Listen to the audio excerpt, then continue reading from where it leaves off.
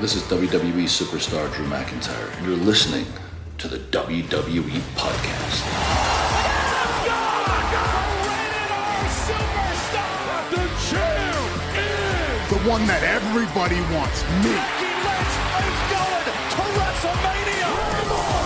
Claymore! Austin 316 says I just whipped your ass. This is my iron. You're going to acknowledge me. Good morning, good afternoon, good evening, hello, whatever time it is with you and wherever you are. Thank you for downloading this SmackDown review as part of the WWE podcast. It's an absolute pleasure to have you listening along once again. Now, I got a new phone this week and I have lost access to my @AmandaSDPod Twitter account. So I'm actually not going to ask you to follow me until I get that sorted. It'll probably take me a few weeks, but I shall try and get back to it as soon as I can. So have you guys seen the Vince series? I'm at the moment halfway through episode 5, which I think is the penultimate one. And wow. The first episode where we hear about Vince's childhood and relationship with his father, it was like the penny dropped. I thought, well, that definitely explains a few things.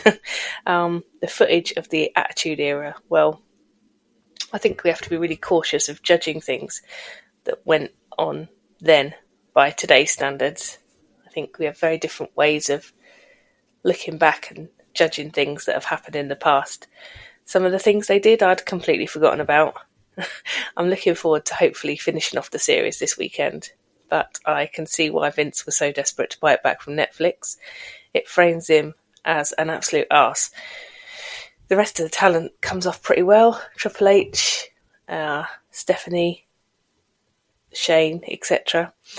And the part where they ask, is Mr. McMahon the same as Vince McMahon? Vince is like, no way. And everyone else is like, yeah, basically he's the same guy. Yeah, really enjoying it. Very interesting. Good to have a peek behind the curtain. And just to quickly touch on Raw, so happy that Jey Uso wins his first ever singles title. Loved that. Absolutely brilliant. And I have to say, somewhat unexpected for sure. So let's dive into the review of this week's SmackDown, which aired on the 27th of September from Oklahoma City. And tonight's show starts off with Randy. He comes out to a massive pop, as always. And I noticed there's a couple of kids in the front row wearing midi Cody outfits, like the whole big expensive jacket thing that he wears. That's very cute and obviously very committed. Must be the parents that are committed, because the kids sure as hell didn't pay for them or make them or whatever. Randy says it's been a minute since he's been back to SmackDown and he's had some business to handle on Raw, but he's really happy to be back in the SmackDown ring this evening. He says he's been in the business a long time and he can count the amount of people he trusts on one hand, and Cody is one of those. He says it's been very hard for him to see Cody team up with Roman, which is the match that's happening at Bad Blood. He says something doesn't add up and he needs an explanation. I'm like, oh my God, Randy, thank you. Me too. I need to know why this is happening. He calls out Cody and literally everything crossed. We finally get a decent explanation. Down comes Cody to his normal huge pop and he asks to Oklahoma, or more importantly, Randy, what they want to talk about.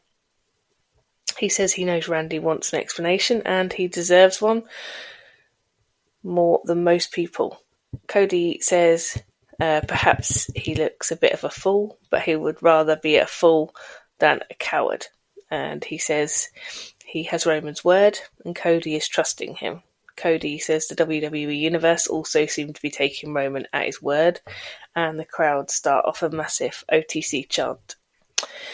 Cody says the legend of the Rogue bloodline, which seems to be what we're calling them this week, has grown so much.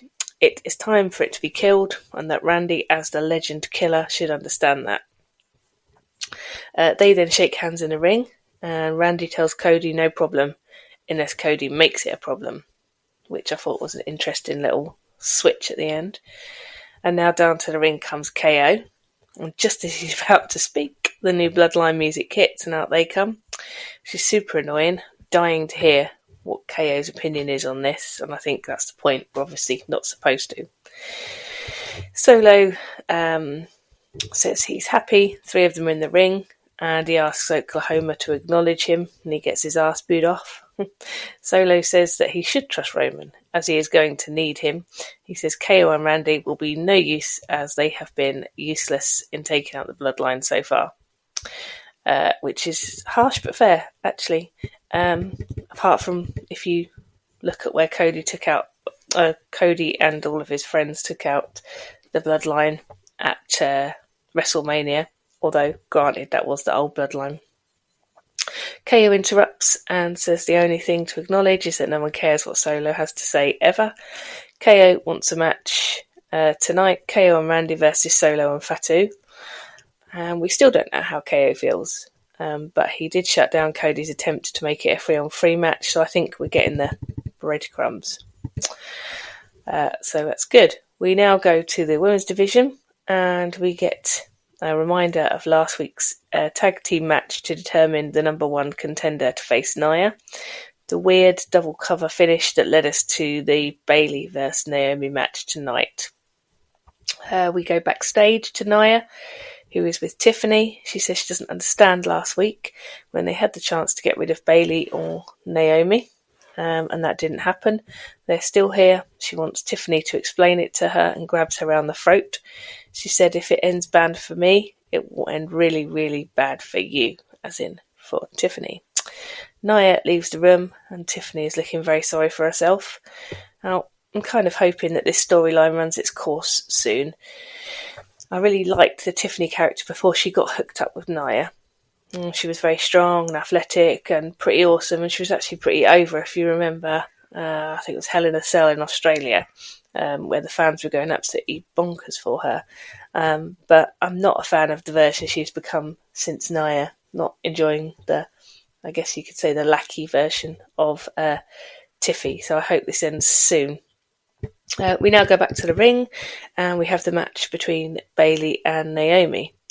On Bayley's entrance, the big screen came up with the Damage Control logo and then Bayley's name over the top, which I hadn't noticed before, so I'm wondering if that's new or if I just hadn't seen that particular camera angle before.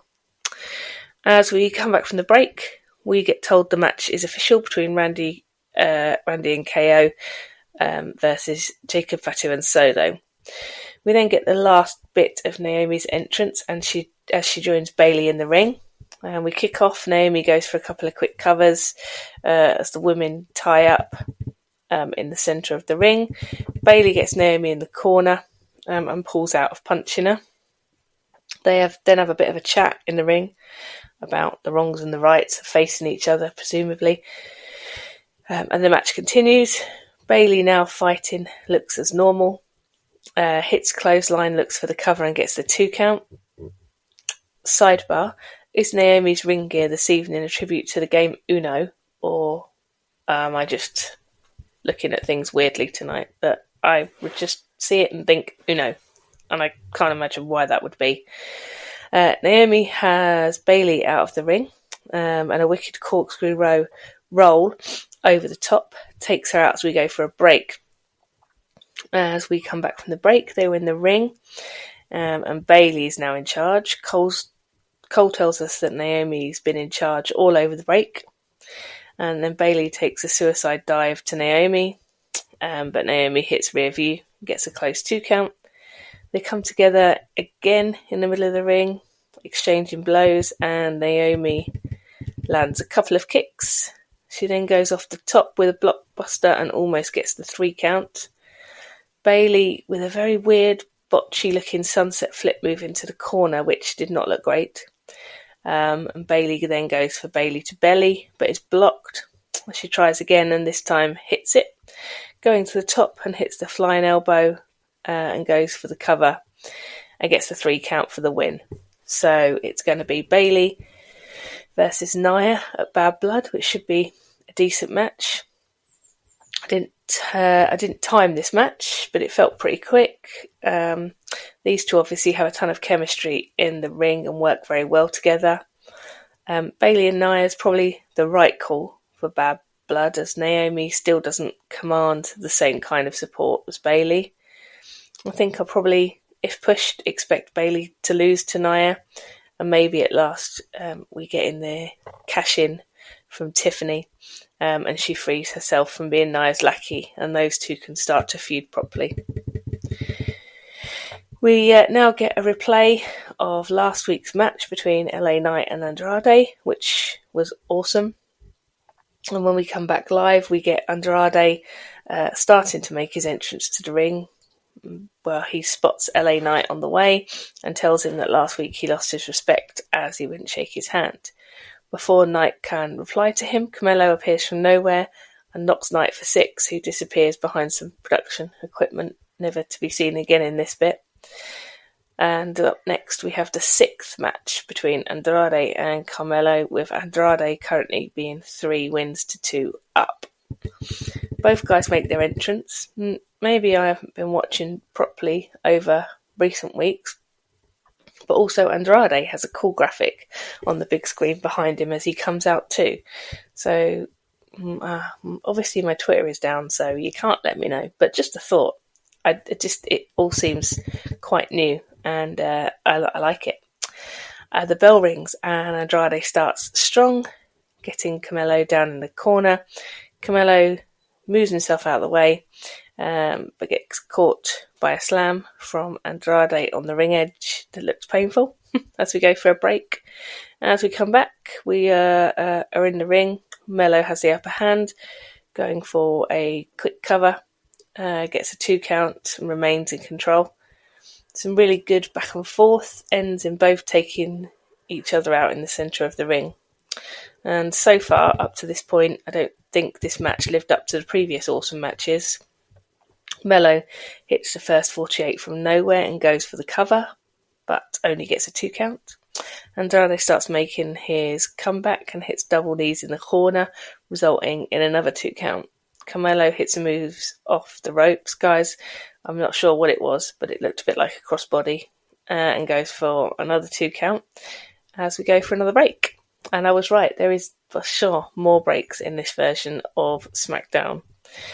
As we come back, Carmelo has Andrade on the top rope, and both men blocking the moves, with Andrade headbutting Melo off the top. Andrade hits a double moonsault, and Melo kicks out of the cover again in 2. Now, this match is really heating up again. This is much more like it. This is much more like what we've seen in the past. Carmelo hits a face buster and misses the 3 count by playing up to the camera in true Carmelo style. He goes for the top rope, but Andrade intercepts him, looking for the home run from the top, but Carmelo counters mid-air to make it a swinging neck breaker. This was absolutely phenomenal. I've never seen anything like it. That move was amazing. He goes for the cover, but Andrade kicks out. Really, that little set of moves was amazing. Carmelo back up to the top and ends up outside the ring as night music hits, causing a distraction. And off the distraction, Melo nicks a win, rolling up Andrade from behind. And we get some afters between Andrade and Knight. Now Knight wants to shake hands, but Andrade ignores him, leaves the ring, and that was that for the match. This one was a bit of a slow burner, in my opinion. It definitely took some time to reach the heights we've had in our other matches, but when we got there, wow, some of the moves were amazing. Turned out to be another excellent match. This feud made more interesting and given a bit of fresh life as well, with the interjection of LA Knight now involved. So what's going to happen here? What do we think? We obviously can't leave it at 3-3. They said that on commentary as well. So there has to be a decider, surely. And does the winner of that decider get a title shot at night? And does that mean that we think Carmelo will win this time? Who knows? But certainly, I'm here for it. Brilliant stuff, as always, from these two. More exciting possibilities as their programme surely continues. And we now get a reminder of the setup for tonight's main event. And then we go to the locker room where KO and Randy are talking. Cody comes in, says to KO, "We need to talk. I can feel something's wrong." KO says, "Yes, we do, but not now." KO tells Cody not to come out tonight. But once KO leaves, Randy asks for Cody's help if the Tongans come out. This is setting up very nicely, and I thought at the time maybe this is the night for KO's heel turn. We then get Michin on her way to the ring, where she'll face Piper Niven ahead of next week's dumpster match with Chelsea. Michin comes out to a decent reaction, which seems to be building week on week. Piper comes out with Chelsea in tow, who has a rubbish bin with her, obviously, because we need to be constantly reminded there's a dumpster match next week. As we kick off, Michin starts strong. Piper fights back using her impressive strength, but Michin with some equally impressive athletic moves. Chelsea causes a distraction, and Michin gets hit with a cannonball from Piper off the apron, which in slow-mo, as we went to another break, looked even more awesome. As we come back from the break, Piper is still in charge with another cannonball, this time into the corner, and a close 2 count. Michin hits a big elbow, starts getting him some good offense, hitting a crucifix bomb and gets a 2 count. Niven hits a sidewalk slam and gets another 2 count on Michin. Piper hits a driver and Michin kicks again, going up to the top rope, but Piper takes her out with a massive punch. Chelsea's up and causing a distraction, and while Piper and Michin are outside the ring, Piper mistimes a cannonball going right into the rubbish bin. Michin takes her into the ring and takes her out with Eat the Feet as Piper's coming through the ropes, and Michin gets the cover and the win. This was a good match, I thought. And from my point of view, good to see 2 women's matches on the card. I like what WWE have done with Michin since her comeback, or her reinvention from the OC, or whatever we're calling it. I like the partnership between Chelsea and Piper Niven, and I'm looking forward to the dumpster match next week. I think, if you remember when we got the draft this year and we ended up with Chelsea and Tiffany on the same brand, I remember saying, I think to Matt on one of the shows I did with him, that I really hope that those two don't cancel each other out with their characters being similar, not the same, but certainly similar. I think it's a bit weird that they've both been teamed up with, I guess, big strong women. So you've got Chelsea and Piper, you've got Tiffany and Nia, and I think it's an interesting example of Chelsea and Piper is working. They've both got very different elements of personality, and that's kind of how to make that partnership work. And then on the other side for me, you've got Tiffany and Nia, which is an example of those kind of partnerships not working and not really allowing Tiffany to have her own time and her own moment in the sun, whereas you feel that Chelsea and Piper are quite equal in their partnership. Just my opinion. We then get a look at next week's card for SmackDown, and we get a reminder that next week is the go-home show for Bad Blood. So we have the Chelsea and Michin dumpster match. We've got the return of AJ Styles, which will be interesting as always with AJ. Which AJ is coming back, heel or face? All the past sins forgotten or continuing? If you remember, we had the I Quit match with Cody. So yeah, what is going to happen? Which AJ are we getting? That will be fun. And then the next thing, which I hadn't heard, because obviously I'm off Twitter at the moment, so I don't know if this was teased, if you guys already knew this was coming, but the WWE Tag Team Championship Triple Threat Ladder Match. Try to say that with a mouthful of wine gums. Oh, that is going to be awesome. I've got to try and find a way to watch SmackDown next week somehow. We get a vignette for the Triple Threat match with all 3 teams. Great package, as always, from WWE. You can always rely on them to give us a great video package to get these things built. And as always, they did a great job of building the excitement. Before we get the main event, we get a pre-record video from Bianca and Jade, Yawn, wearing ball gowns for some reason. And then I think I figured out what reason it was. That their point of it was to let us know they are going to be hosting Bad Blood next week. So let's hope that WWE take the opportunity to give us a bit more with these two, as their stuff is just so meh. I think they've either got to spice it up considerably or break them up and get it over with and let Bianca go back to being a fantastic singles talent, which she is, and let's just see what Jade can do on her own, because I'm so bored of these two and what they've done to their characters. We then go to Naomi walking backstage with her face tripping her, and Bayley approaches and apologises. Naomi says, "You're not sorry. I wouldn't be if I'd won. You need to go to Bad Blood and win the championship, and then we can play this back again." They hug it out, and then Tiffany comes along to rub some salt into the wound.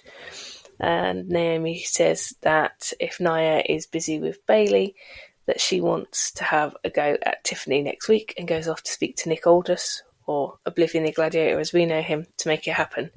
We did not see Nick Aldis this week, so wondering maybe he wasn't there. He was mentioned a couple of times. We then go back to the ring for the tag team match, which is KO and Randy versus Solo and Jacob Fatu.